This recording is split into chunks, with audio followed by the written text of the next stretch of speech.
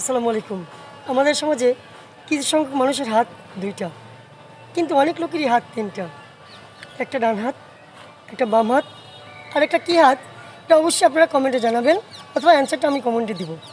আর ওই হাতটার জন্যই আমরা অসফল, অথবা আমরা কোনো কাজে সফল হতে পারি না। এই যে হাতটা আছে, আমি যে একটা নাম বলিনি, যেটা বলছি কমেন্টে বলবো, এই হাতটা যখন আমরা পরিহার করতে পারবো, ত্যাগ করতে পারবো, ডিলিট করতে পারবো, তখনই আমরা সফল।